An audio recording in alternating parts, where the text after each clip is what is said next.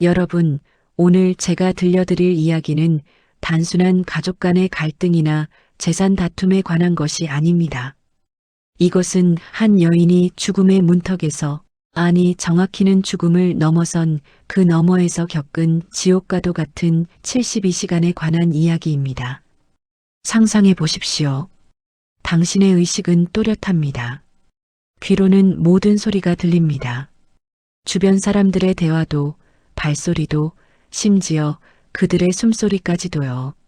하지만 당신은 눈 하나 깜빡일 수 없습니다. 손가락 하나 까딱할 수 없습니다. 심지어 살려달라는 비명조차 목구멍에서 나오지 않습니다. 이것이 바로 의학용어로 갇힌 증후군이라 불리는 살아있는 감옥입니다. 그리고 만약에 말입니다. 그 상태에서 당신이 사랑하는 자식들이 당신을 죽이려는 계획을 세우는 소리를 듣게 된다면, 그들이 당신의 침대 옆에서 보험금을 어떻게 나눌지 상의하는 목소리를 듣게 된다면, 당신은 과연 그 공포를, 그 배신감을, 그 절망을 견딜 수 있겠습니까? 오늘의 주인공 정미숙 씨 69세. 그녀는 이 모든 것을 겪었습니다. 그것도 무려 72시간 동안 한치의 저항도 할 수 없는 상태로 말이죠. 더 끔찍한 것은 그녀의 여정이 중환자실 침대에서 끝나지 않았다는 겁니다.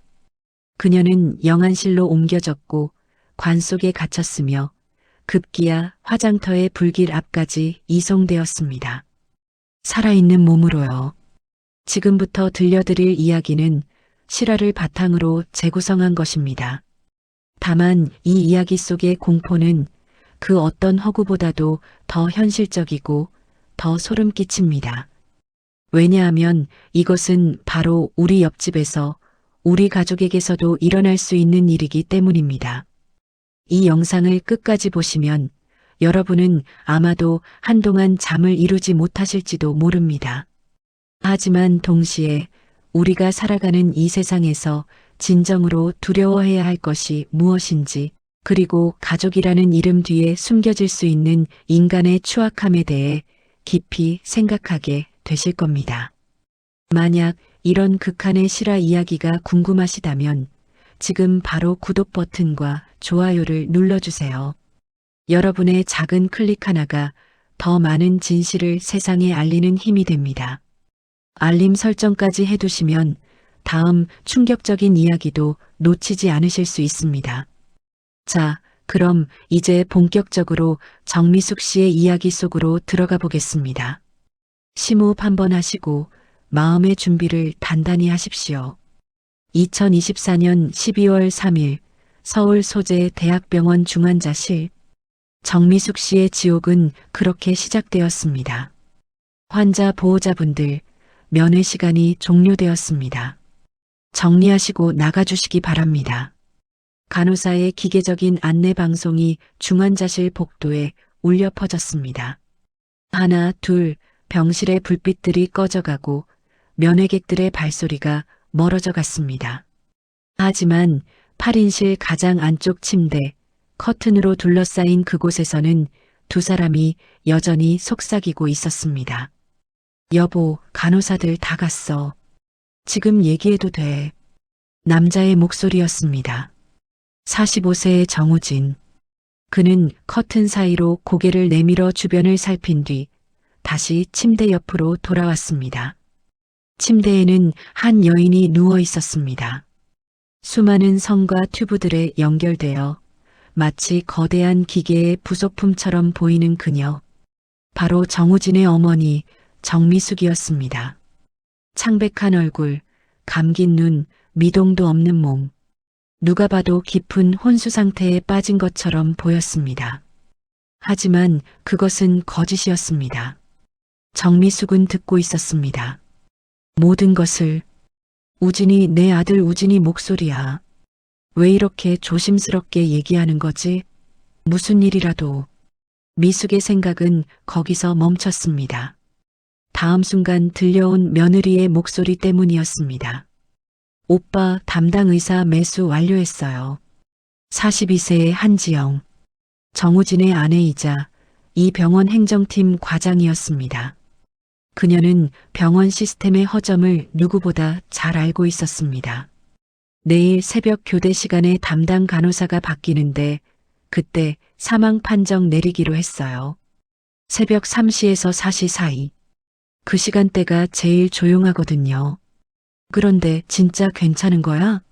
엄마가 아직? 우진의 목소리가 떨렸습니다. 죄책감이었을까요? 아니면 두려움이었을까요? 아직 뭐가 있어요? 뇌졸중으로 쓰러진 지 벌써 2주일째잖아요. 의사도 회복 가능성 거의 없다고 했어요. 어차피 식물인간 될 거, 이렇게 고통스럽게 사는 것보다. 그래도가 아니에요. 우리 빚이 얼마인데요? 8천만 원. 이번 달 안에 갚지 못하면 우리 집도 날아가요. 그런데 어머니 생명보험이 얼만 줄 아세요? 무려 20억이에요. 20억. 지영의 목소리가 점점 높아졌습니다. 우진이 황급히 그녀의 입을 막았습니다. 쉿! 소리 좀 낮춰. 옆 침대 환자들 들으면 어떡해. 에이, 저 사람들 다 의식 없는 사람들이에요. 들어봤자 기억도 못해요. 침대에 누운 미숙의 눈에서 보이지 않는 눈물이 흘러내렸습니다. 아니야. 엄마는 듣고 있어. 나 여기 있어. 우진아, 엄마. 목소리 들려? 엄마는 너를 이렇게까지 키우지 않았어. 하지만 그녀의 입술은 움직이지 않았습니다. 목구멍에서는 소리 하나 나오지 않았습니다. 손가락 하나, 눈꺼풀 하나조차 그녀의 의지대로 움직여주지 않았습니다. 의학적으로 이것을 갖춘 증후군이라고 부릅니다. 뇌간의 특정 부위가 손상되어 의식은 완전히 깨어 있지만 수의근을 전혀 움직일 수 없는 상태. 환자는 자신의 몸에 갇힌 죄수가 됩니다. 그리고 정미숙은 바로 그 상태였습니다. 그나저나 우석이 그 자식은 왜 이렇게 안 와? 같이 상의해야 할 게 있는데.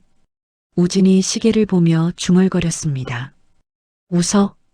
그는 미숙의 둘째 아들이었습니다. 아, 걔는 내가 따로 불렀어요. 11시 반에 오기로 했어요. 왜 따로? 오빠는 형제니까 모르겠지만 저는 알아요. 우석 씨 믿으면 안 돼요. 지영이 차갑게 웃었습니다. 뭔 소리야? 우석이가 뭘 어쨌다고. 보험금 20억을 형제끼리 반반 나누기로 했잖아요. 그런데 우석 씨가 저한테 몰래 연락 왔더라고요. 자기가 오빠 몰래 더 많이 가져갈 수 있게 도와주면 저한테 30% 떼어주겠대요. 뭐? 우진의 얼굴이 굳었습니다. 그래서 제가 그랬죠. 좋다고. 대신 만나서 정확히 얘기하자고. 오늘 그거 확인하려고 부른 거예요. 이 새끼가 진짜. 우진이 주먹을 불끈 쥐었습니다. 미숙은 그 모든 대화를 들으며 속으로 비명을 질렀습니다. 내가 이런 놈들을 키웠단 말이야? 내 장례식도 치르기 전에 돈 싸움을 해? 이게 사람들이야? 분노였습니다. 차라리 죽음에 대한 공포보다 이 배신감이 더 그녀를 짓눌렀습니다. 그녀는 평생을 두 아들을 위해 살았습니다. 남편과 일찍 사별한 후 시장에서 반찬 가게를 운영하며 두 아들을 대학까지 보냈습니다. 우진이 사업 자금이 필요하다고 할 때는 자신의 노후 자금까지 털어줬습니다. 그리고 받은 것이 이것이었습니다. 엄마 죄송해요. 우진이 침대 옆에 무릎을 꿇고 어머니의 손을 잡았습니다. 하지만 우린 살아야 해요. 저도 살아야 하고 지영이도 살아야 하고 우리 딸 서연이도 살아야 해요. 엄마도 이렇게 고통스럽게 사는 것보다는 고통스러운 건 내가 내 심장에 칼을 꽂고 있기 때문이야. 이놈아. 미숙의 심박수가 급격히 올라갔습니다. 침대 옆 모니터에서 삐삐삐 경고음이 울렸습니다. 왜 이래? 지영이 당황하며 모니터를 확인했습니다. 심박수가 갑자기 바로 그때였습니다. 복도에서 발소리가 들려왔습니다. 간호사가 순찰을 돌고 있었습니다. 빨리 나가요.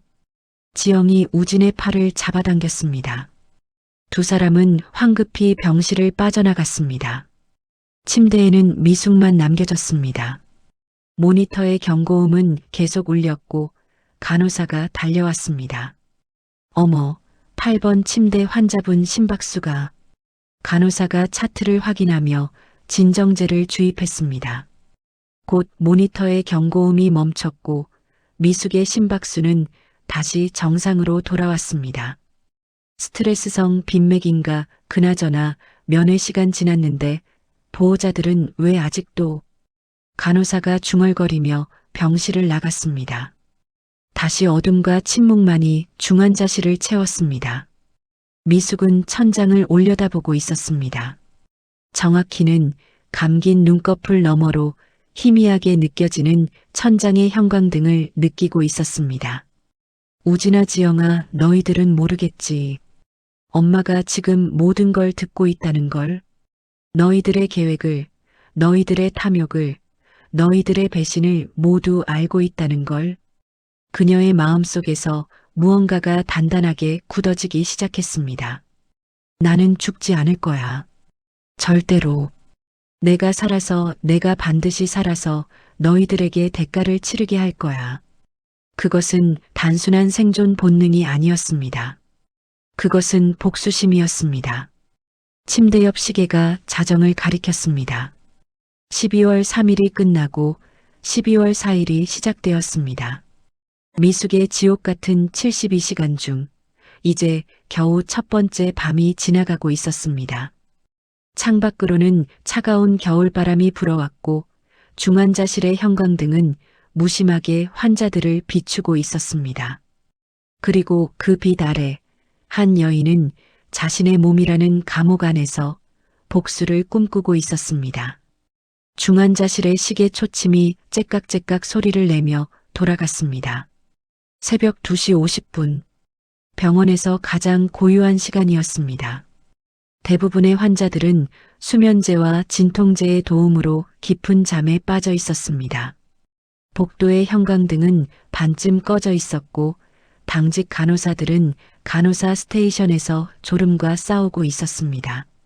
하지만 8번 침대의 정미숙은 잠들지 않았습니다. 아니, 잠들 수가 없었습니다. 그녀의 의식은 어느 때보다 또렷했습니다. 오히려 너무 또렷해서 문제였습니다. 귀는 복도에서 들려오는 모든 소리를 포착했습니다. 간호사들의 속삭이는 대화 소리, 어디선가 들려오는 환자의 신음소리, 생명유지 장치들이 내뿜는 기계음지. 그리고 그녀는 알고 있었습니다. 곧 무슨 일이 벌어질지.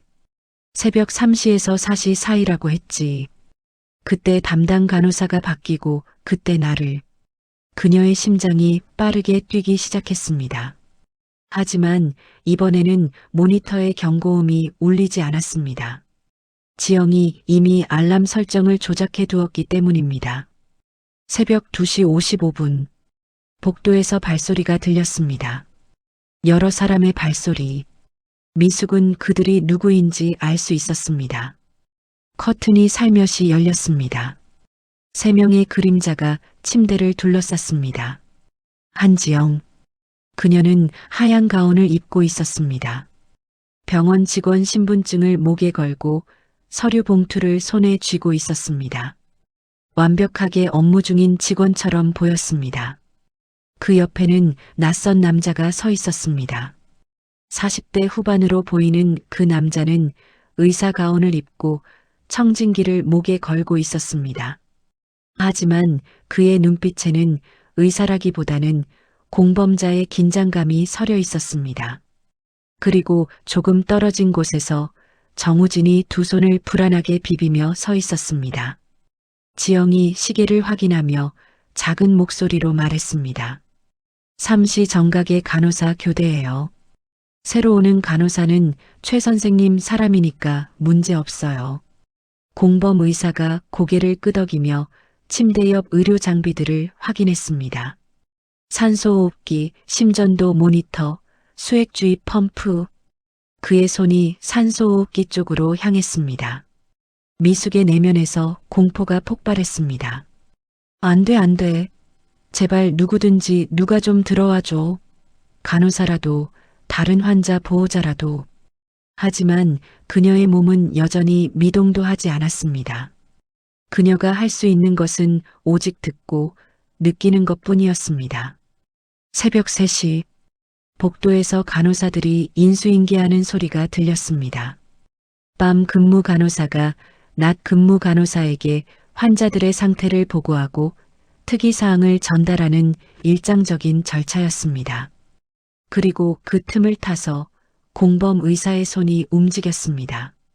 산소호흡기의 유량 조절 다이얼이 천천히, 아주 천천히 돌아갔습니다. 분당 8리터에서 6리터로, 다시 4리터로, 그리고 2리터로. 미숙은 즉시 변화를 느꼈습니다. 숨이 막혔습니다. 정확히는 폐로 들어오는 산소의 양이 급격히 줄어들었습니다. 마치 두꺼운 베개로 얼굴을 눌린 것 같은 답답함. 하지만 그녀는 기침 한 번 할 수 없었습니다. 몸부림 한 번 칠 수 없었습니다. 숨을 쉴 수가 없어 살려줘 제발. 그녀의 의식이 희미해지기 시작했습니다. 뇌에 산소 공급이 부족해지자 시야가 흐려지고 귀가 멍해졌습니다. 아니, 눈은 이미 감겨 있었고 그녀가 보는 것은 없었지만 의식 자체가 안개 속으로 빠져드는 느낌이었습니다. 공범 의사가 청진기를 미숙의 가슴에 댔습니다. 심장 박동이 점점 느려지고 있었습니다. 분당 70회에서 60회로, 다시 50회로. 맥박이 떨어지고 있습니다. 의사가 무표정하게 말했습니다. 마치 실험 보고서를 읽듯 담담한 목소리였습니다. 우진이 침대에서 고개를 돌렸습니다. 그는 어머니의 얼굴을 직시할 수 없었습니다. 그의 손은 떨리고 있었고 이마에는 식은땀이 흘렀습니다. 지영이 차가운 눈으로 남편을 쳐다봤습니다. 그녀의 표정에는 동요가 전혀 없었습니다. 오히려 계획이 순조롭게 진행되는 것에 대한 만족감마저 엿보였습니다. 시간이 흘렀습니다. 3분, 5분, 7분. 미숙의 의식은 점점 더 깊은 어둠 속으로 가라앉았습니다. 하지만 완전히 꺼지지는 않았습니다. 그녀의 뇌는 마지막 순간까지 버티고 있었습니다. 나는 죽지 않아 절대로 살아서 반드시. 그 순간이었습니다. 복도에서 급하게 달려오는 발소리가 들렸습니다. 누군가 소리쳤습니다. 잠깐만요. 8번 침대 환자 보호자 누구세요? 낯선 여자 목소리였습니다. 새로 교대 온 간호사가 아니었습니다. 다른 층에서 급히 내려온 수간호사였습니다. 지영의 얼굴이 굳었습니다. 공범 의사는 재빨리 산소호흡기 다이얼을 원래대로 돌렸습니다. 우진은 황급히 눈물을 닦으며 슬픔에 잠긴 아들의 표정을 지었습니다. 커튼이 확 젖혀졌습니다. 지금 뭐 하시는 겁니까? 면회 시간도 아닌데 환자 침대에서? 수간호사가 날카로운 목소리로 물었습니다. 그녀는 밤샘 근무를 하고 있었는데 정기 순찰 중 8번 침대에서 수상한 움직임을 감지한 것이었습니다. 지영이 침착하게 대답했습니다. 저희 시어머님 상태가 어제보다 안 좋아지신 것 같아서요. 그래서 담당 선생님께 진찰을 부탁드렸습니다. 담당 선생님? 이 환자 담당은 김민석 교수님인데요. 선생님은 누구시죠? 수간호사가 공범 의사의 명찰을 확인하려 했습니다. 하지만 그는 명찰을 착용하고 있지 않았습니다. 긴장감이 흘렀습니다. 공범 의사가 말문이 막혔고 지영의 이마에 식은땀이 맺혔습니다. 우진은 그저 멍하니 서 있을 뿐이었습니다. 바로 그때 미숙의 몸에 변화가 일어났습니다. 산소 공급이 다시 정상으로 돌아오자 그녀의 심박수가 급격히 상승했습니다. 너무 오랫동안 저산소 상태에 있었던 심장이 과도하게 반응한 것입니다. 삐삐삐삐삐. 모니터에서 날카로운 경고음이 울렸습니다. 환자 심박수 급상승, 빈맥.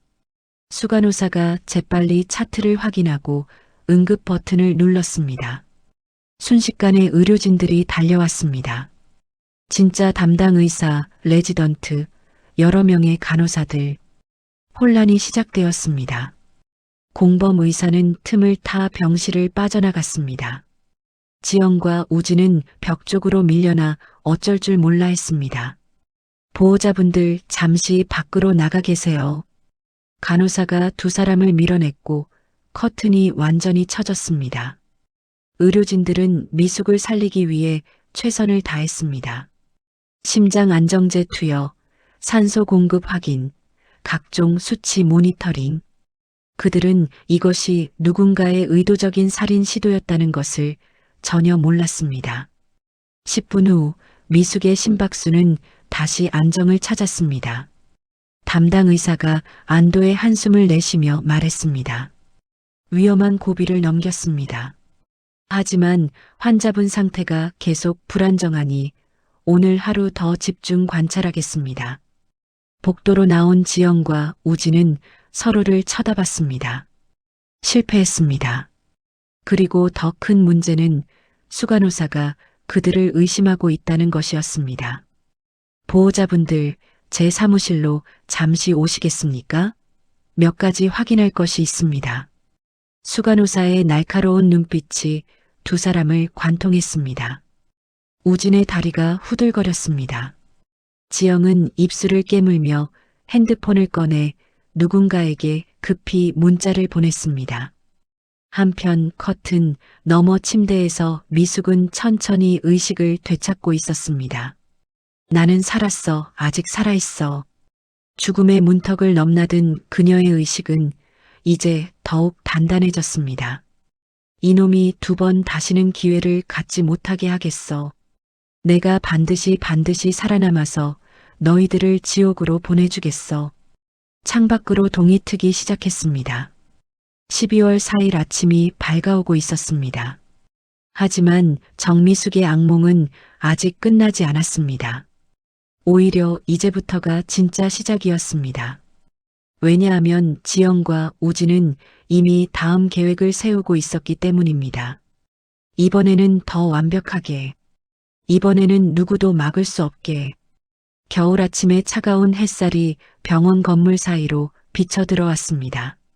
환자들과 보호자들이 분주하게 오가는 병원 정문과 달리 뒷골목은 한적했습니다. 한지영이 담배 한 개비를 물고 서 있었습니다. 그녀는 담배를 피우지 않았지만 이 장소가 필요했습니다. CCTV 사각지대, 누구의 눈에도 띄지 않는 곳. 얼마 지나지 않아 한 남자가 다가왔습니다. 새벽에 도망쳤던 공범 의사였습니다. 그는 모자를 깊게 눌러쓰고 마스크로 얼굴을 가린 채였습니다. 미쳤어요? 아직도 병원에 있다고요? 지영이 날카롭게 속삭였습니다. 돈 받기 전에는 못 가요. 약속한 5천만 원 어떻게 할 건데요? 공범 의사의 목소리에는 초조함이 가득했습니다.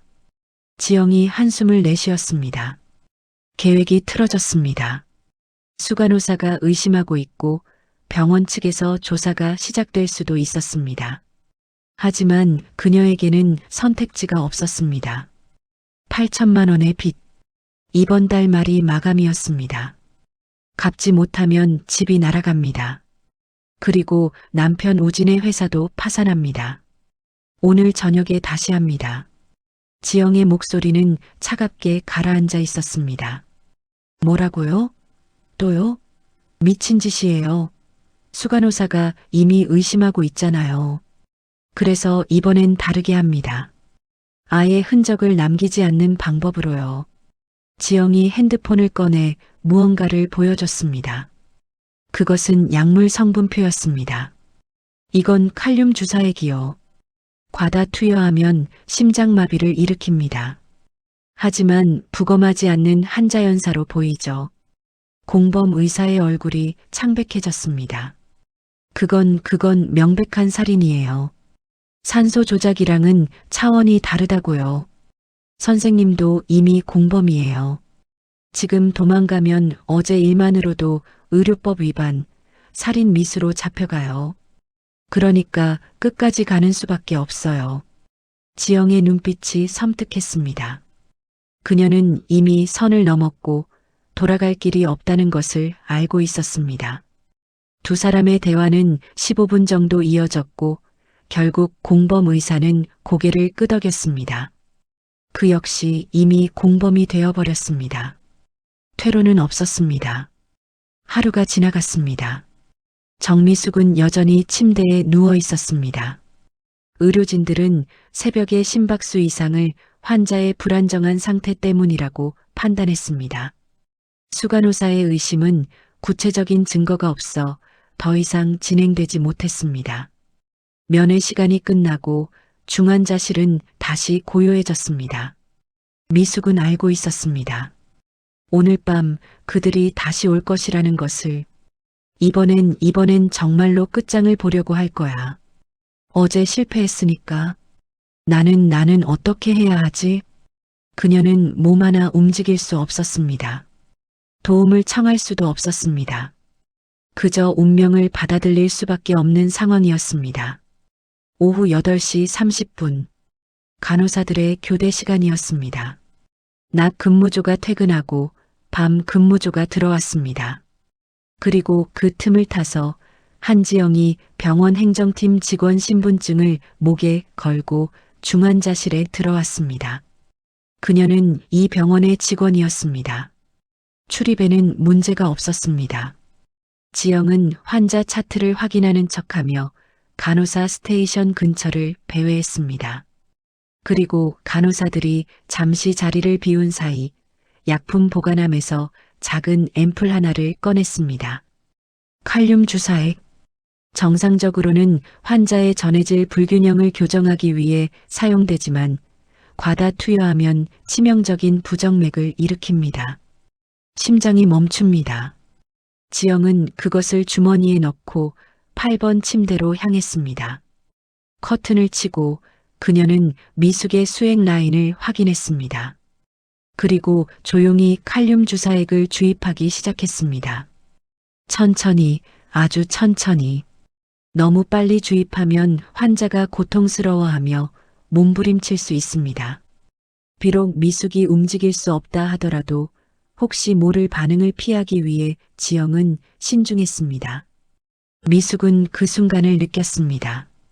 차가운 액체가 혈관을 타고 흐르는 느낌, 그리고 곧이어 가슴이 조여오는 듯한 통증. 이게 뭐야? 어제랑은 다른 뭔가 내 몸속으로 들어오고 있어. 심장이 불규칙하게 뛰기 시작했습니다. 쿵쿵쿵쿵 심박수가 제멋대로 뛰었습니다. 너무 빠르다가 갑자기 느려지고 다시 빨라지고 미숙의 의식이 흔들렸습니다. 아, 아파. 가슴이 심장이 죽는 건가? 이번엔 정말로. 모니터의 심전도 그래프가 요동쳤습니다. 하지만 경고음은 울리지 않았습니다. 지영이 미리 알람을 꺼두었기 때문입니다. 5분이 지났습니다. 미숙의 심박수가 점점 느려졌습니다. 분당 60회, 50회, 40회, 30회. 지영은 침착하게 지켜보았습니다. 그녀의 얼굴에는 어떤 감정도 없었습니다. 마치 기계처럼 단지 임무를 수행하는 것처럼. 오후 8시 47분. 미숙의 심장이 멈췄습니다. 모니터는 평평한 선을 그었습니다. 심전도의 파동이 사라졌습니다. 지영이 재빨리 빈 앰플을 주머니에 넣고 커튼 밖으로 나왔습니다. 그리고 큰 소리로 외쳤습니다. 환자가 심정지예요. 빨리. 간호사들이 달려왔습니다. 하지만 이미 늦었습니다. 공범 의사가 예정대로 당직으로 배치되어 있었고 그가 현장에 도착했습니다. 그는 형식적으로 심폐소생술을 시도했지만 5분 만에 포기했습니다. 사망 확인. 오후 8시 52분. 그의 선언이 중환자실에 울려 퍼졌습니다. 지영이 눈물을 흘리는 척 연기했습니다. 복도에서 기다리고 있던 우진이 달려와 어머니의 손을 잡았습니다. 엄마. 우진의 목소리는 진짜로 떨리고 있었습니다. 죄책감이었을까요? 아니면 안도감이었을까요? 아마도 둘 다였을 것입니다. 정미숙의 시신은 영안실로 옮겨졌습니다. 차가운 스테인리스 침대 위에 흰 천으로 덮인 채 그녀는 죽은 사람처럼 놓여 있었습니다. 하지만 그녀는 죽지 않았습니다.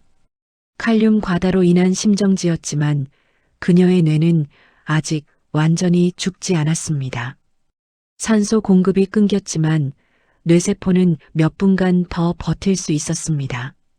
그리고 운명의 장난처럼 심정지 후 정확히 7분 뒤 그녀의 심장이 다시 뛰기 시작했습니다. 극히 드문 현상이었습니다. 의학 용어로 자발적 순환 회복이라고 불리는 기적과도 같은 일이었습니다. 하지만 아무도 몰랐습니다. 그녀는 이미 사망 판정을 받았고 영안실에 있었습니다. 생체 모니터는 연결되어 있지 않았습니다.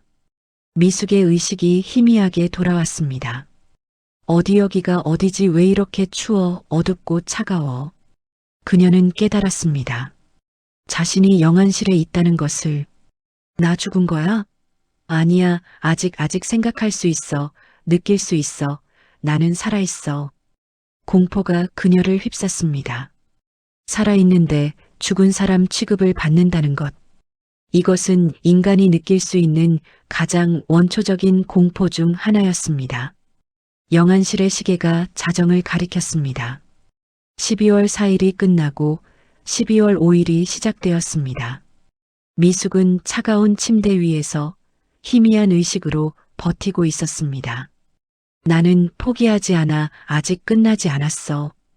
그녀는 몰랐습니다. 이것이 끝이 아니라 시작이라는 것을.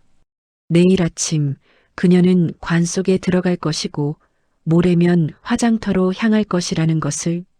살아있는 몸으로. 창밖으로는 눈이 내리기 시작했습니다. 12월의 차가운 눈. 그 눈은 영안실의 작은 창문을 타고 흘러내렸습니다. 그리고 그 설경 속에서 한 여인은 생과 사의 경계를 떠돌고 있었습니다. 영안실 복도에서는 지영과 우진이 장례 절차에 대해 담당자와 이야기하고 있었습니다. 화장으로 하시겠다고요? 빠르면 모레 오전에 가능합니다. 장례 담당자의 말에 지영이 고개를 끄덕였습니다. 네, 최대한 빨리 해주세요. 고인이 생전에 그렇게 원하셨어요. 거짓말이었습니다. 미숙은 그런 말을 한 적이 없었습니다. 하지만 그들에게는 이유가 있었습니다. 화장을 하면 모든 증거가 사라집니다. 부검도 불가능해집니다. 완전 범죄가 됩니다. 우진이 서류에 사인을 했습니다. 장례식은 내일 하루만 치르고 모레 오전 10시에 화장하기로 했습니다. 모든 것이 계획대로 진행되고 있었습니다. 그들은 결코 상상하지 못했습니다. 관 속에서 어머니가 깨어날 것이라는 것을, 그리고 그것이 그들의 파멸의 시작이 될 것이라는 것을. 서울 외곽의 한 장례식장. 정미숙의 영정사진이 제단 위에 놓여 있었습니다. 사진 속 그녀는 환하게 웃고 있었습니다. 2년 전 큰아들 우진의 결혼식 때 찍은 사진이었습니다. 그때는 모두가 행복했습니다. 하지만 지금은 달랐습니다. 빈손은 한산했습니다. 조문객은 손에 꼽을 정도였습니다. 미숙은 평생을 시장에서 보냈지만 정작 친한 친구는 많지 않았습니다. 두 아들을 키우느라 자신의 인간관계를 돌볼 여유가 없었기 때문입니다.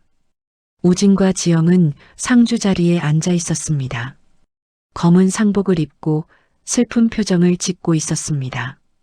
완벽한 연기였습니다. 오전 11시쯤 둘째 아들 정우석이 도착했습니다. 그는 형보다 2살 어린 43세였습니다. 그 역시 검은 양복을 입고 있었지만 눈빛은 차가웠습니다. 우석은 형과 형수에게 간단히 고개를 숙인 뒤 영정 앞에 절을 했습니다.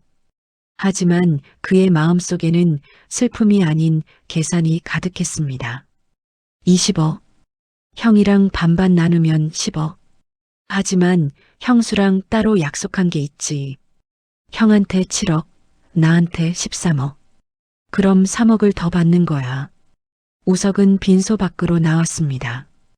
그리고 복도 구석에서 지영과 마주쳤습니다. 두 사람은 주변을 살피며 조용히 대화했습니다. 형수님, 보험금은 언제 나와요? 사망진단서 나오는 대로 청구할 거예요. 늦어도 다음 주 안에는 입금될 거예요. 지영의 목소리는 차분했습니다. 그럼 우리 약속. 걱정 마세요. 제가 계좌 관리하니까 오빠 몰래 정산해 드릴게요. 우석이 만족스럽게 고개를 끄덕였습니다. 그 순간 복도 반대편에서 우진이 두 사람을 지켜보고 있었습니다. 그는 아무 말도 하지 않았지만 그의 주먹은 불끈 쥐어져 있었습니다. 저놈들이 내 앞에서. 우진도 바보는 아니었습니다. 며칠 전 중환자실에서 들었던 대화. 동생 우석이 지영에게 따로 연락했다는 것. 그리고 지금 저 둘이 몰래 만나는 것. 배신이었습니다. 하지만 우진은 참았습니다. 일단 보험금을 받고 나서 생각하기로 했습니다. 지금 싸우면 모든 계획이 틀어질 수 있었습니다. 입관 시간이 되었습니다. 장례 담당자들이 영안실에서 미숙의 시신을 가져왔습니다. 흰 수의를 입힌 그녀의 모습은 마치 평화롭게 잠든 것처럼 보였습니다. 하지만 그것은 착각이었습니다. 미숙은 깨어 있었습니다. 영안실에서 하루를 보내는 동안 그녀의 의식은 점점 더 또렷해졌습니다. 심장은 느리지만 계속 뛰고 있었습니다. 뇌는 최소한의 산소로 버티고 있었습니다. 의학적으로 설명할 수 없는 기적이었습니다. 담당자들이 그녀를 관 속에 조심스럽게 눕혔습니다. 그 순간 미숙은 모든 것을 느꼈습니다. 자신의 몸이 들어 올려지는 느낌, 그리고 좁은 공간 안으로 들어가는 감각. 관관이야, 나를 관 속에 넣고 있어. 공포가 폭발했습니다. 관의 내부는 좁았습니다. 양옆으로는 팔 하나 움직일 공간도 없었습니다. 천장은 얼굴에서 불과 30cm 정도 떨어진 곳에 있었습니다. 밀실 공포증이 없는 사람이라도 숨이 막힐 정도로 답답한 공간이었습니다.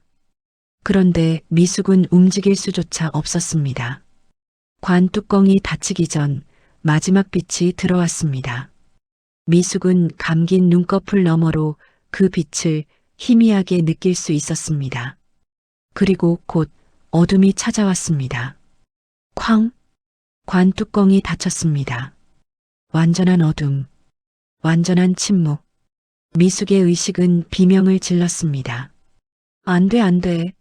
나를 여기서 꺼내줘. 나 살아있어. 숨 쉬고 있어. 제발, 제발 누가 좀. 하지만 그녀의 입술은 미동도 하지 않았습니다.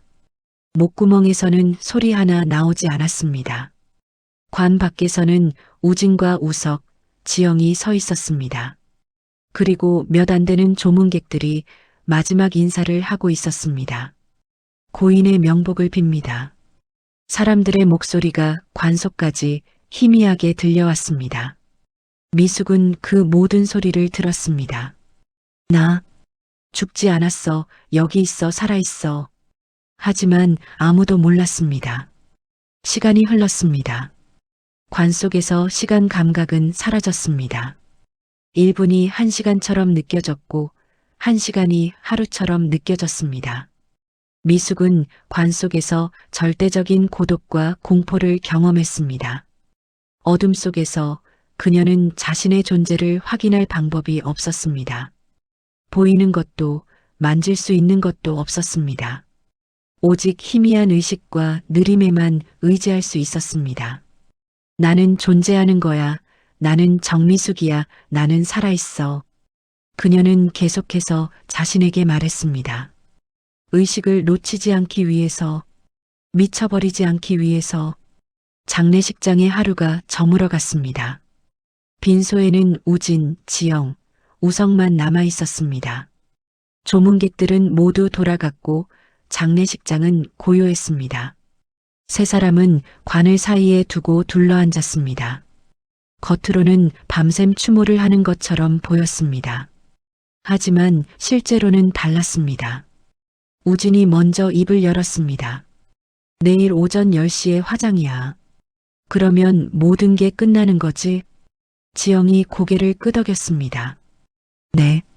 화장하면 흔적이 남지 않아요. 보험사에서도 더 이상 조사할 게 없고요. 우석이 핸드폰을 만지작거리며 말했습니다. 그나저나 보험금은 정확히 언제 들어오는 거예요? 사망진단서 제출하고 보통 일주일 정도 걸려요. 그런데 지영이 말을 멈췄습니다. 그런데 뭐? 우진이 날카롭게 물었습니다. 보험사에서 사망 원인에 대해 추가 확인을 요청할 수도 있어요. 보험금이 20억이나 되니까요. 그럼 어떻게 돼? 부검을 요구할 수도 있어요. 순간 방 안의 공기가 얼어붙었습니다. 우진의 얼굴이 창백해졌습니다. 부검? 그럼 칼륨 주사 흔적이. 그래서 화장을 서두르는 거예요. 화장하고 나면 부검 자체가 불가능해지니까요. 지영의 목소리는 차가웠습니다. 우석이 불안한 표정으로 관을 쳐다봤습니다. 형수님, 정말 괜찮은 거 맞죠? 우리 걸리는 거 아니죠? 걱정 마세요. 완벽하게 처리했어요. 하지만 지영의 눈빛에도 불안함이 스쳐 지나갔습니다. 관 속에서 미숙은 모든 대화를 듣고 있었습니다. 칼륨 주사 화장 부검 그래서 나를 이렇게 빨리 화장하려는 거구나. 증거를 없애려고. 분노가 그녀의 의식을 불태웠습니다. 이놈들이 끝까지 내 죽음을 이용하려고 하지만 나는 살아있어. 반드시 살아남아서. 그때였습니다. 빈소 밖에서 발소리가 들렸습니다. 세 사람은 재빨리 슬픈 표정을 지으며 자리를 바로잡았습니다. 장례식장 야간 관리인이 들어왔습니다. 보호자분들, 밤새 힘드시겠어요. 필요한 거 있으시면 말씀하세요. 감사합니다. 괜찮습니다. 우진이 공손하게 대답했습니다. 관리인이 나가고 다시 침묵이 흘렀습니다. 시간이 흘러 자정이 가까워졌습니다. 우석이 먼저 일어났습니다. 형, 저 잠깐 담배 좀 피우고 올게요. 그래, 다녀와. 우석이 빈소를 나갔습니다. 그리고 얼마 지나지 않아 지영도 일어났습니다. 저도 화장실 좀. 지영이 밖으로 나갔습니다. 빈소에는 우진만 남았습니다. 그는 관을 물끄러미 바라보았습니다. 그 안에 어머니가 누워 있습니다. 자신이 죽인 어머니가. 엄마 미안해요. 우진이 작은 목소리로 중얼거렸습니다. 하지만 저도 살아야 해요. 제 가족도 지켜야 하고. 그의 목소리는 떨리고 있었습니다. 관 속에서 미숙은 아들의 목소리를 들었습니다. 미안하다고? 내가 지금 미안하다고 했어? 너는 이미 끝났어. 내가 반드시. 창밖으로 눈이 다시 내리기 시작했습니다. 12월 5일 밤이 깊어가고 있었습니다. 그리고 내일 12월 7일 오전 10시 미숙은 화장터로 향할 예정이었습니다. 살아있는 몸으로. 관 속의 어둠은 계속되었고 미숙의 의식은 그 어둠 속에서 버티고 있었습니다. 내일이면 화장터 하지만 나는 포기하지 않아 절대로. 그녀는 알지 못했습니다. 내일 화장터로 가는 길에서 기적이 일어날 것이라는 것을. 그리고 그 기적이 악마들의 종말을 알리는 신호탄이 될 것이라는 것을. 장례식장 빈소에서는 마지막 작별의식이 진행되고 있었습니다. 우진, 지영, 우석이 관 앞에서 절을 올렸습니다. 몇 안 되는 조문객들도 마지막 인사를 했습니다. 관 속에서 미숙은 모든 것을 듣고 있었습니다. 이틀 동안 관 속에서 보낸 시간은 영겁처럼 느껴졌습니다. 어둠과 침묵, 그리고 극도의 공포. 하지만 그녀의 의식은 꺼지지 않았습니다. 오히려 더욱 선명해졌습니다. 오늘이구나. 화장터로 가는 날. 공포보다 더 강한 것은 분노였습니다. 그녀는 자신을 이 지경으로 만든 자들에 대한 증오로 버티고 있었습니다. 오전 9시 장례식장 담당자들이 관을 운반하기 시작했습니다. 조심하세요. 천천히. 6명의 상역군들이 관을 들어 올렸습니다. 미숙은 자신의 몸이 움직이는 것을 느꼈습니다. 관이 흔들렸고 바깥 세상의 소리가 더욱 가까이 들려왔습니다. 발걸음 소리, 사람들의 숨소리, 그리고 차가운 겨울바람이 관 틈새로 스며드는 느낌. 밖이야 밖으로 나가는 거야 하지만 이건 화장터로 가는 길이야. 관은 영구차에 실렸습니다. 우진과 지영, 우석은 따로 승용차를 타고 뒤따랐습니다. 화장터까지는 차로 약 40분 거리였습니다. 영구차가 서울 외곽도로를 달리고 있었습니다. 운전석에는 장례식장 소속 기사가, 조수석에는 응급구조사 자격증을 가진 보조 인력이 타고 있었습니다. 장례 이송 중 만약의 사태를 대비한 표준 절차였습니다. 조수석의 남자 박상철은 48세의 베테랑 응급구조사였습니다. 그는 20년 넘게 이 일을 해왔지만 오늘따라 묘한 불안감이 들었습니다. 차 뒤편에 실린 관. 보통 영구차 안은 조용합니다. 죽은 사람이 누워 있으니 당연한 일입니다.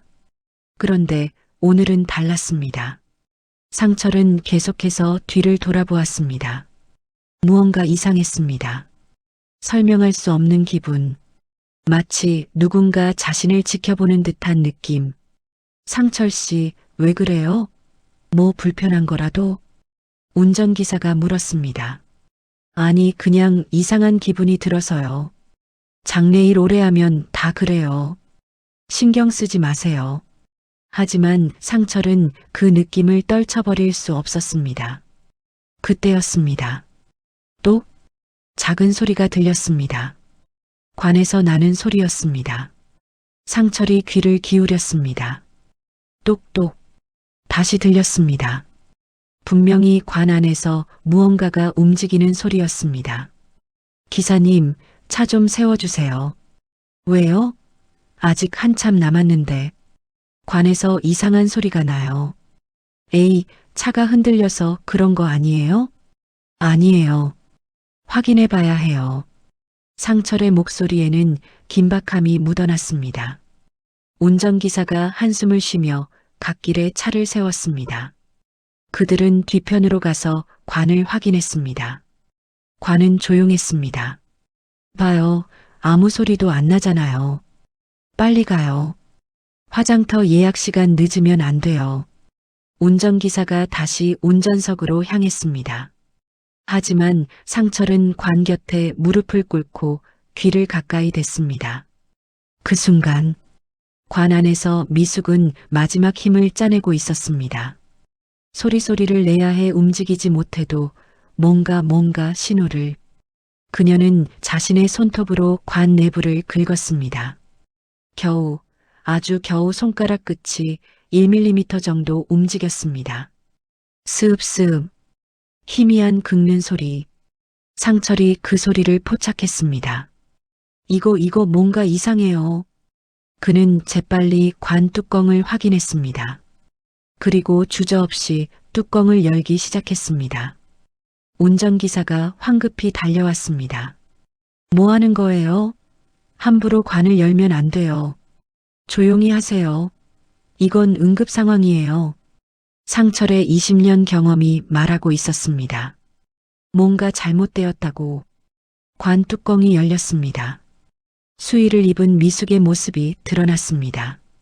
창백한 얼굴, 감긴 눈. 누가 봐도 죽은 사람이었습니다. 하지만 상철은 본능적으로 그녀의 목에 손가락을 댔습니다. 경동맥을 확인하는 것입니다. 5초, 10초. 맥박이 있어요. 상철이 외쳤습니다. 뭐라고요? 그럴 리가. 운전기사가 경악했습니다. 상철은 즉시 응급 가방을 꺼냈습니다. 혈압계, 산소포화도 측정기, 휴대용 심전도기. 측정 결과가 나왔습니다. 맥박 분당 38회. 매우 느리지만 뛰고 있었습니다. 혈압 70에 40. 매우 낮지만 측정되었습니다. 산소포화도 82%. 정상보다 낮지만 살아있다는 증거였습니다. 이 사람 살아있어요. 빨리 병원으로. 상철이 휴대용 산소 마스크를 미숙의 얼굴에 씌웠습니다. 운전기사는 당황하여 핸드폰을 꺼냈습니다. 119에 연락해야 해요. 시간 없어요. 지금 당장 가장 가까운 병원으로 가세요. 연구차가 급히 유턴했습니다. 그리고 사이렌을 울리며 병원을 향해 질주하기 시작했습니다. 뒤따라오던 승용차 안에서 우진과 지영, 우석은 연구차가 갑자기 방향을 바꾸는 것을 보았습니다. 저게 왜 저래? 우석이 의아해했습니다. 지영이 재빨리 장례식장에 전화를 걸었습니다. 여보세요? 연구차가 왜 다른 방향으로? 전화를 받은 장례식장 담당자의 목소리는 당황스러웠습니다. 지금 기사한테서 연락 왔어요. 고인이 살아계시대요. 뭐라고요? 지영의 얼굴이 새하얗게 질렸습니다. 핸드폰이 그녀의 손에서 떨어졌습니다. 우진은 운전대를 잡은 손에 힘이 풀렸고 차가 비틀거렸습니다. 형, 무슨 소리예요? 엄마가 살아있다고? 우석의 목소리는 공포로 떨리고 있었습니다. 연구차는 가장 가까운 병원 응급실에 도착했습니다. 상철과 응급실 의료진이 미숙을 응급실로 옮겼습니다. 환자 정보가 어떻게 되나요? 응급의학과 의사가 물었습니다. 69세 여성, 사망 판정받고 화장터로 이송 중이었습니다. 그런데 관안에서 생체 신호를 발견했습니다. 사망 판정을? 언제요? 이틀 전 12월 5일 오후 8시 52분이요. 의사의 눈이 커졌습니다. 48시간 넘게 사망 상태였다는 건가요? 그런데 살아있다고? 네, 지금도 맥박이 뛰고 있습니다. 의료진이 급히 생체 모니터를 연결했습니다. 심전도 그래프가 나타났습니다. 느리지만 분명한 심장 박동이 관찰되었습니다. 이건 의학적으로. 담당 의사는 말을 잇지 못했습니다. 이것은 기적이었습니다. 칼륨 과다로 인한 심정지, 48시간 이상의 극저체온 상태, 최소한의 산소 공급, 그 모든 것을 견디고 살아남은 것입니다. 의료진은 즉시 집중 치료를 시작했습니다. 산소 공급, 수액 투여, 체온 상승, 심장 기능 모니터링, 그리고 30분 후 미숙의 심박수가 점점 정상으로 돌아오기 시작했습니다. 분당 38회에서 45회로 다시 50회로 혈압도 조금씩 올라갔습니다. 의식은 아직 돌아오지 않았지만 생명의 불씨는 다시 타오르고 있었습니다. 응급실 복도에서 우진, 지영, 우석은 멍하니 서 있었습니다. 그들은 방금 담당 의사로부터 충격적인 말을 들었습니다. 환자분이 살아계십니다. 어떻게 이런 일이 가능한지 모르겠지만 기적입니다. 우진의 다리가 휘청거렸습니다. 지영은 벽에 기대어 겨우 몸을 지탱했습니다. 우석은 그 자리에 주저앉았습니다. 그들의 완전 범죄는 무너졌습니다. 어머니는 살아있었습니다. 그리고 곧 깨어날 것입니다. 그때가 되면 모든 진실이 밝혀질 것입니다. 창밖으로는 겨울 햇살이 비쳐 들어왔습니다. 정미숙의 지옥 같은 72시간은 끝이 났습니다. 그리고 이제 악마들의 지옥이 시작되려 하고 있었습니다. 정미숙은 중환자실로 옮겨졌습니다. 각종 생체 모니터와 의료 장비들이 그녀를 둘러싸고 있었습니다. 하지만 이번에는 달랐습니다. 이번에는 그녀를 살리기 위한 장비들이었습니다. 의료진은 그녀의 상태를 면밀히 관찰했습니다. 심박수는 분당 62회로 거의 정상에 가까워졌습니다. 혈압도 90에 60으로 올라왔습니다.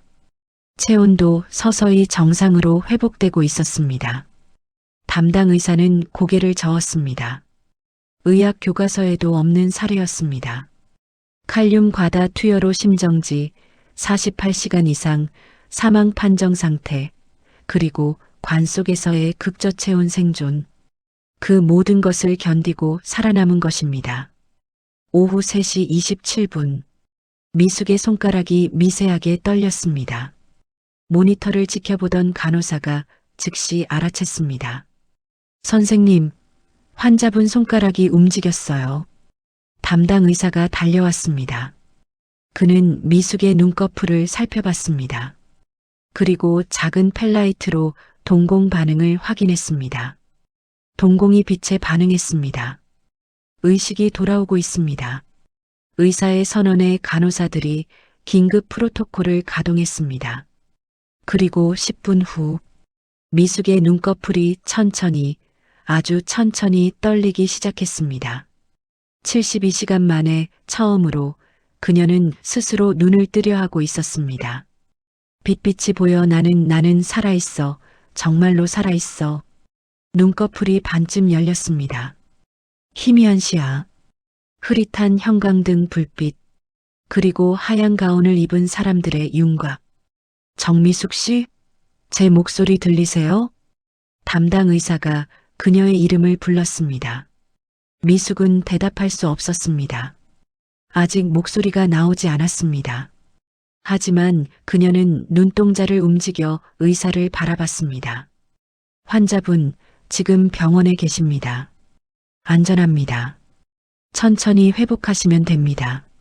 안전하다는 말. 그 단어가 미숙의 의식 속으로 스며들었습니다. 안전.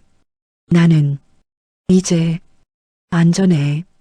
눈물이 그녀의 눈가에 맺혔습니다. 복도에서는 우진, 지영, 우석이 조바심하며 서성이고 있었습니다. 그들은 면회가 허락되지 않았습니다. 환자의 상태가 아직 불안정하다는 이유였습니다. 하지만 진짜 이유는 따로 있었습니다. 응급실 담당 의사가 이 사례를 병원윤리위원회에 보고했고 위원회는 즉시 경찰에 신고했습니다. 사망 판정을 받은 사람이 48시간 후 살아서 발견되었다는 것. 이것은 명백히 의료사고이거나 아니면 그보다 더 심각한 범죄의 가능성이 있었습니다. 오후 4시 2명의 형사가 중환자실에 도착했습니다. 강력계 소속 이재혁 형사와 그의 파트너 김민준 형사였습니다. 이재혁은 48세의 베테랑 형사로 20년 넘게 강력 사건을 담당해 왔습니다. 그는 첫눈에 이 사건이 단순하지 않다는 것을 직감했습니다. 담당 의사 선생님, 환자분 상태는 어떻습니까? 의식이 돌아오고 있습니다. 아직 말은 못하지만 눈동자 움직임과 간단한 신체 반응은 가능합니다. 혹시 환자분과 대화가 가능할까요? 지금은 어렵습니다. 하지만 내일쯤이면 가능할 것 같습니다.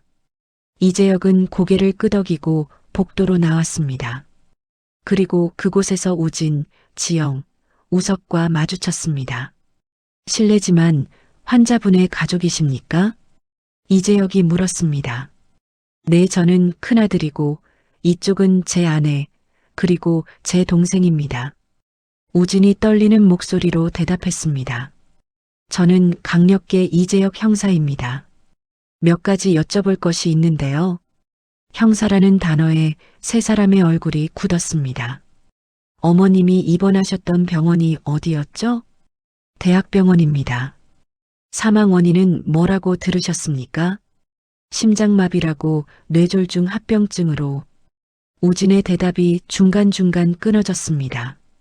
이재혁은 그들의 반응을 주의 깊게 관찰했습니다. 눈동자의 움직임, 손의 떨림, 식은땀. 20년 경력의 형사에게 이것들은 명백한 신호였습니다. 혹시 사망 당시 이상한 점은 없으셨습니까? 이상한 점이요? 네. 예를 들어 갑작스럽게 상태가 악화되었다든지 담당 의사가 바뀌었다든지. 지영의 얼굴에서 핏기가 사라졌습니다. 아니요. 특별한 건 없었습니다. 그렇습니까? 그런데 화장을 상당히 서두르신 것 같던데요. 사망 후 이틀 만에 화장 예정이었다고 들었습니다. 그건 어머니께서 생전에 그렇게 원하셨어서. 유언이 있었습니까? 구두로 말씀하셨습니다. 거짓말이었습니다. 이재혁은 이미 알고 있었습니다. 그는 수첩에 뭔가를 적었습니다. 알겠습니다. 일단 오늘은 이 정도만 여쭤보겠습니다. 내일 환자분 의식이 완전히 돌아오면 다시 연락드리겠습니다. 형사가 돌아서자 우석이 그 자리에 주저앉았습니다. 형, 우리 끝난 거 아니에요? 우진은 대답하지 못했습니다. 그의 손은 심하게 떨리고 있었습니다. 지영은 입술을 깨물며 생각했습니다. 아직 끝난 게 아니야. 시어머니가 갇힌 증후군이었다면 기억이 없을 수도 있어. 우리가 끝까지 잡았다면. 하지만 그녀도 알고 있었습니다. 그것은 헛된 희망이라는 것을. 다음 날 아침, 미숙의 상태는 눈에 띄게 호전되었습니다. 그녀는 이제 눈을 완전히 뜰 수 있었고 고개를 조금 움직일 수 있었으며 가장 중요하게는 목소리를 낼 수 있었습니다. 담당 의사가 간단한 질문들을 했습니다. 성함이 어떻게 되세요? 정미숙. 작고 쉰 목소리였지만 분명한 대답이었습니다. 오늘이 며칠인지 아십니까? 12월 며칠인지는 모르겠어요. 여기가 어딘지 아십니까? 병원 맞죠? 네, 맞습니다. 정미숙 씨, 기억나시는 게 있으세요? 어떻게 여기 오게 되셨는지. 미숙의 눈에 무언가가 번뜩였습니다. 기억해요, 다. 의사의 눈이 커졌습니다. 다 기억하신다고요? 뭘 기억하시는데요? 제 아들들이 저를. 목소리가 떨렸습니다. 분노와 슬픔이 뒤섞인 목소리였습니다. 의사는 즉시 간호사에게 지시했습니다. 이재혁 형사에게 연락하세요. 지금 당장. 30분 후 이재혁 형사가 중환자실에 도착했습니다. 그는 미숙의 침대 옆에 의자를 놓고 조심스럽게 앉았습니다. 정미숙 씨, 저는 강력계 이재혁 형사입니다. 대화가 가능하시겠습니까? 미숙이 천천히 고개를 끄덕였습니다. 무슨 일이 있었는지 말씀해 주시겠습니까? 천천히 하셔도 됩니다. 미숙은 깊은 숨을 들이마셨습니다. 그리고 입을 열었습니다. 제 아들들이 저를 죽이려고 했어요. 그 한 문장이 방 안의 공기를 얼렸습니다. 이재혁은 녹음기를 켰습니다. 자세히 말씀해 주시겠습니까? 그리고 미숙은 모든 것을 이야기했습니다. 중환자실에서 들었던 대화들, 20억 보험금, 산소호흡기 조작, 칼륨 주사, 가짜 사망 판정, 화장으로 증거인멸 시도. 그녀는 72시간 동안 관 속에서, 영안실에서, 침대에서 들었던 모든 것을 정확하게 진술했습니다. 이재혁은 수첩에 빠르게 메모했습니다. 그의 20년 경력상 이것은 완벽한 증언이었습니다. 정미숙 씨, 이 모든 것을 증명할 증거가 있을까요? 병원 CCTV 그리고 제 혈액 검사를 해보시면 칼륨 수치가. 알겠습니다. 지금 즉시 대학병원에 압수수색 영장을 신청하겠습니다. 이재혁이 일어서며 말했습니다. 한 가지만 더 여쭤보겠습니다. 왜 아드님들이 그런 짓을 했을까요? 미숙의 눈에서 눈물이 흘러내렸습니다. 돈 때문이었어요. 제가 평생 모은 제 목숨보다 돈이 더 소중했나 봐요. 그녀의 목소리는 슬픔으로 갈라졌습니다. 이재혁은 아무 말 없이 그녀의 어깨를 가볍게 두드렸습니다. 정미숙 씨, 정의는 반드시 실현될 겁니다. 제가 약속드립니다. 그는 중환자실을 나와 즉시 팀원들에게 지시했습니다. 대학병원 압수수색 준비. 정우진, 한지영, 정우석 긴급 체포. 그리고 공범 의사 신원 확인. 지금 당장 움직입니다. 정미숙의 증언은 시작에 불과했습니다. 이제 법의 심판이 시작될 것입니다. 악마들의 지옥이 본격적으로 열리는 순간이었습니다. 형사들이 움직였습니다. 대학병원에는 압수수색 영장이 집행되었습니다. CCTV 영상, 의료 기록, 약품 불출 내역, 모든 것이 압수되었습니다. 그리고 증거는 속속 드러났습니다. 12월 4일 오후 8시 30분 한지영이 약품 보관함에서 칼륨 주사액을 꺼내는 CCTV 영상. 8번 침대로 들어가는 모습. 그리고 20분 후 빈 앰플을 주머니에 넣고 나오는 장면. 미숙의 혈액 검사 결과도 결정적이었습니다. 칼륨 수치가 정상의 3배가 넘었습니다. 명백한 과다 투여의 증거였습니다. 오후 2시 15분. 경찰은 3명을 동시에 체포하기 위해 움직였습니다. 정우진은 자택에서 체포되었습니다. 형사들이 초인종을 눌렀을 때 그는 소파에 멍하니 앉아 있었습니다. 이미 모든 것을 포기한 얼굴이었습니다. 정우진 씨, 살인미수 및 보험사기 혐의로 긴급 체포합니다. 형사가 수갑을 채우자 우진은 저항하지 않았습니다. 그는 그저 고개를 떨구고 있을 뿐이었습니다. 한지영은 병원에서 체포되었습니다. 그녀는 평소처럼 출근해 있었습니다. 아무 일도 없었던 것처럼 행동하려 했지만 손은 계속 떨리고 있었습니다. 한지영 씨, 살인미수 및 의료법 위반 혐의로 긴급 체포합니다. 수갑이 채워지는 순간 그녀는 비명을 질렀습니다. 아니에요. 저는 아무것도 안 했어요. 다 남편이 시켜서. 하지만 형사들은 들은 척도 하지 않았습니다. 증거는 명백했습니다. 정우석은 회사에서 체포되었습니다. 그는 책상 앞에 앉아 떨리는 손으로 사표를 쓰고 있었습니다. 도망갈 생각이었던 것입니다.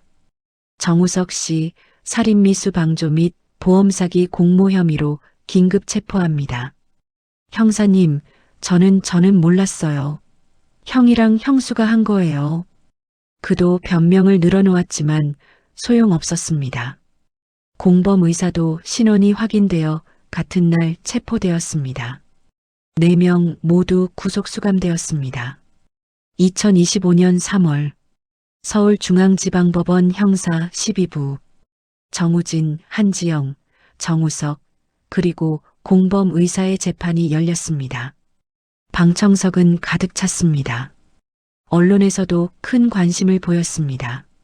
살아있는 어머니를 화장터로 보내려 한 폐륜 사건이라는 제목으로 뉴스가 연일 보도되었습니다. 재판장의 판사가 입장했습니다. 피고인석에는 4명이 나란히 앉아 있었습니다. 그들은 모두 초췌한 얼굴이었습니다. 검사가 기소장을 낭독했습니다. 피고인 정우진, 한지영은 피해자 정미숙을 살해하려는 명백한 의도를 가지고 칼륨 주사액을 과다 투여하여 심정지를 유발했습니다. 이후 의도적으로 빠른 화장 절차를 진행하여 증거를 인멸하려 했습니다. 피고인 정우석은 이를 알면서도 방조하고 보험금을 나누기로 공모했습니다. 피고인 공범 의사는 허위 사망 진단서를 작성하고 범행을 도왔습니다. 검사의 목소리는 차갑고 단호했습니다. 이어서 증인 신문이 시작되었습니다. 정미숙이 증인석에 섰습니다. 석 달이 지난 지금 그녀는 많이 회복했습니다. 여전히 지팡이에 의지해야 했지만 걷고 말하는 데는 문제가 없었습니다. 판사가 물었습니다. 증인, 당시 상황을 기억하십니까? 네, 모두 기억합니다. 미숙의 목소리는 떨렸지만 단호했습니다. 72시간 동안 저는 제 몸에 갇혀 있었습니다. 움직일 수도 말할 수도 없었지만 의식은 또렷했습니다. 저는 제 아들들이 저를 죽이려는 모든 대화를 들었습니다. 칼륨 주사를 맞는 순간의 고통도 느꼈습니다. 관 속에 갇혀 화장터로 향할 때의 공포도 모두 기억합니다. 방청석이 술렁였습니다. 미숙은 계속했습니다. 제가 평생 모은 돈이 제 목숨보다 더 소중했나 봅니다. 하지만 저는 살아남았습니다. 이 자리에서 진실을 말하기 위해서입니다. 피고인석의 우진은 고개를 들지 못했습니다. 지영은 눈물을 흘리고 있었습니다. 우석은 손으로 얼굴을 가렸습니다. 증인 신문이 끝나고 피고인 최후 진술 순서가 왔습니다. 우진이 일어났습니다. 어머니 죄송합니다. 제가 미쳤었습니다. 그의 목소리는 떨리고 있었습니다. 하지만 미숙은 그를 쳐다보지도 않았습니다. 지영도 일어나 울먹이며 말했습니다. 저도 잘못했습니다. 용서해 주세요. 하지만 법정에서 용서는 아무 의미가 없었습니다. 선고일이 되었습니다. 판사가 판결문을 읽기 시작했습니다. 피고인 정우진에게 징역 18년을 선고한다. 우진의 얼굴이 창백해졌습니다. 피고인 한지영에게 징역 20년을 선고한다. 지영이 그 자리에 주저앉았습니다. 피고인 정우석에게 징역 12년을 선고한다. 우석이 소리내어 울기 시작했습니다. 피고인 공범 의사에게 징역 10년과 의사 면허 영구 박탈을 선고한다. 판사는 판결문을 계속 읽었습니다. 피고인들은 생명의 존엄성을 송두리째 짓밟았다. 친모를 살해하려 한 폐륜 범죄이며 계획적이고 잔인한 수법을 사용했다. 특히 화장을 통해 증거를 인멸하려 한 점은 매우 악질적이다. 다만 피해자가 기적적으로 생존하여 미수에 그친 점을 참작하여 이와 같이 판결한다. 판사의 망치가 내려쳤습니다. 이상 선고를 마칩니다. 방청석에서 박수가 터져 나왔습니다. 정의가 실현된 순간이었습니다. 피고인들은 법정 구치소로 압송되었습니다. 그들의 얼굴에는 절망만이 가득했습니다. 미숙은 방청석에서 조용히 그 모습을 지켜봤습니다. 그녀의 눈에서 눈물이 흘렀습니다. 하지만 그것은 슬픔의 눈물이 아니었습니다. 해방의 눈물이었습니다. 법정을 나서는 미숙의 뒤에서 이재혁 형사가 다가왔습니다. 정미숙 씨, 정의가 승리했습니다. 감사합니다, 형사님. 형사님이 아니었다면. 아닙니다. 끝까지 포기하지 않으신 정미숙 씨의 의지 덕분입니다. 미숙은 고개를 끄덕이고 법원을 나섰습니다. 창밖으로는 봄 햇살이 따스하게 비쳐 들어왔습니다. 긴 겨울이 끝나고 봄이 왔습니다. 그녀의 인생에도 새로운 계절이 시작되고 있었습니다. 제주도의 한 작은 해안 마을, 파란 바다가 끝없이 펼쳐진 해변가에 작은 카페 하나가 문을 열었습니다. 카페 간판에는 이렇게 쓰여 있었습니다. 미숙인의 바다 카페. 정미숙은 카페 테라스에서 따스한 봄 햇살을 받으며 앉아 있었습니다. 그녀의 손에는 갓 내린 커피 한 잔이 들려 있었고 그녀의 얼굴에는 평온한 미소가 번져 있었습니다. 지난 1년은 그녀에게 긴 여정이었습니다. 법정에서의 증언, 언론의 관심 그리고 무엇보다 자식들에게 느꼈던 배신감과 상처, 그 모든 것을 치유하는 데는 시간이 필요했습니다. 그래서 그녀는 서울을 떠나기로 결심했습니다. 모든 것을 정리하고 새로운 곳에서 새로운 삶을 시작하기로 한 것입니다. 자신이 평생 모았던 재산으로 이 작은 카페를 차렸습니다. 카페는 소박했습니다. 테이블이 5개뿐인 작은 공간. 하지만 창밖으로 보이는 바다는 끝이 없었고 그것만으로도 충분했습니다. 사장님, 아메리카노 한 잔이요. 단골 손님이 들어왔습니다. 이 마을에 이사 온 지 3달 만에 그녀는 이미 마을 사람들과 친해졌습니다. 네, 금방 내려드릴게요. 미숙은 카운터로 가서 정성스럽게 커피를 내렸습니다. 에스프레소 머신에서 커피가 추출되는 동안 그녀는 창밖 바다를 바라봤습니다. 나는 살아남았다. 그 생각이 그녀의 마음속을 채웠습니다. 72시간의 지옥, 관 속의 어둠, 죽음의 문턱. 하지만 그녀는 포기하지 않았습니다. 그리고 기적적으로 살아남았습니다. 이제 그녀에게는 새로운 인생이 주어졌습니다. 자식도 가족도 없는 인생. 하지만 그것은 슬픈 일이 아니었습니다. 오히려 자유로웠습니다. 누구를 위해서가 아닌 오직 자신을 위해 사는 삶. 69년을 살면서 처음으로 맛보는 진짜 자유였습니다. 오후 3시쯤 카페에 한 남자가 들어왔습니다. 박상철이었습니다. 그는 미숙을 관 속에서 발견했던 응급구조사였습니다. 그 역시 최근 제주도로 이사를 왔고 우연히 이 카페를 발견한 것입니다. 어머니, 저 기억하시나요? 어머, 상철 씨, 어떻게 여기를? 두 사람은 반갑게 인사를 나눴습니다. 상철은 테라스에 앉아 커피를 마시며 말했습니다. 서울 생활 정리하고 이곳으로 왔어요. 20년간 응급구조사 일하면서 많은 걸 봤지만 어머니 사건은 제 인생에서 가장 기적 같은 순간이었습니다. 상철 씨가 아니었다면 저는 정말로 화장터에서 미숙의 목소리가 떨렸습니다. 운명이었던 것 같아요. 제가 그날 그 차를 타게 된 것도 관에서 소리를 들은 것도. 두 사람은 한동안 바다를 바라보며 침묵했습니다. 그리고 상철이 조심스럽게 물었습니다. 아드님들 면회는 가셨어요? 미숙은 고개를 저었습니다. 아니요.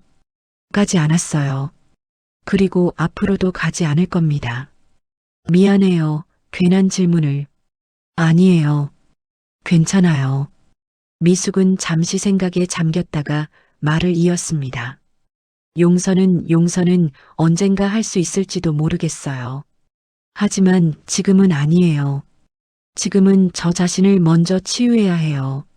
70년 가까이 살면서 단 한 번도 제 자신을 위해 살아본 적이 없었거든요. 상철은 고개를 끄덕였습니다. 충분히 이해합니다. 그리고 어머니는 정말 강한 분이세요. 강한 게 아니에요. 그냥 살고 싶었던 거예요. 억울하게 죽고 싶지 않았어요. 두 사람은 다시 바다를 바라봤습니다. 수평선 너머로 해가 천천히 기울고 있었습니다. 저녁 무렵 카페 문을 닫고 미숙은 혼자 해변을 산책했습니다. 파도 소리가 그녀의 발소리와 함께 리듬을 만들었습니다. 그녀는 멈춰서서 바다를 바라봤습니다. 나는 이제 누구인가? 더 이상 누군가의 어머니가 아닙니다. 누군가의 아내도 아닙니다. 그저 정미숙. 한 사람의 인간으로서의 정미숙. 그녀는 손을 들어 바다를 향해 흔들었습니다. 마치 과거의 자신에게 작별 인사를 하는 것처럼. 안녕, 과거의 나. 고생했어. 이제는 편히 쉬어. 그리고 그녀는 돌아섰습니다. 카페로, 그녀의 새로운 집으로 돌아가는 길. 발걸음은 가벼웠고 마음은 평온했습니다. 하늘에는 별이 하나둘 떠오르기 시작했습니다. 정미숙의 새로운 인생. 그것은 지금 이 순간부터 시작되고 있었습니다. 여러분, 지금까지 정미숙 씨의 이야기를 들어주셔서 감사합니다. 이 이야기는 우리에게 많은 것을 생각하게 합니다. 가족이라는 이름 아래 숨겨질 수 있는 탐욕. 돈이 인간을 얼마나 추악하게 만들 수 있는지. 그리고 가장 중요하게는 절망 속에서도 포기하지 않는 한 인간의 의지가 얼마나 강력한지 정미숙 씨는 72시간의 지옥을 견뎌냈습니다. 관 속에서, 죽음의 문턱에서 그녀는 살아남기 위해 싸웠습니다. 그리고 마침내 승리했습니다. 하지만 진짜 승리는 법정에서의 판결이 아니었습니다. 진짜 승리는 그녀가 새로운 삶을 선택했다는 것입니다. 과거에 얽매이지 않고 자신만의 행복을 찾아 나선 것입니다. 우리는 모두 각자의 삶에서 배신과 상처를 경험합니다. 때로는 가장 가까운 사람들에게서 가장 깊은 상처를 받기도 합니다. 하지만 중요한 것은 그 상처가 우리를 정의하지 않는다는 것입니다. 우리는 언제든지 다시 시작할 수 있습니다. 나이도 상황도 중요하지 않습니다. 중요한 것은 우리의 선택입니다. 정미숙 씨는 69세에 새로운 인생을 시작했습니다. 그리고 그것은 결코 늦은 나이가 아니었습니다. 이 이야기가 여러분에게 조금이나마 위로가 되고 힘이 되었기를 바랍니다. 만약 이런 진실하고 감동적인 이야기들이 더 궁금하시다면 구독과 좋아요 부탁드립니다. 여러분의 작은 관심이 더 많은 이야기를 세상에 전하는 힘이 됩니다. 알림 설정까지 해두시면 다음 이야기도 놓치지 않으실 수 있습니다. 그럼 다음 이야기에서 다시 만나 뵙겠습니다. 감사합니다.